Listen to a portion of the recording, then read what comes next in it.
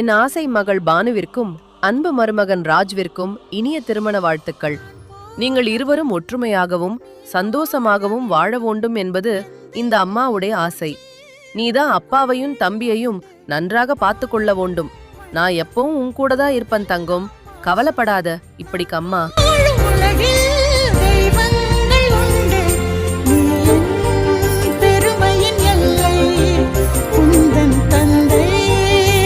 சொல்லும்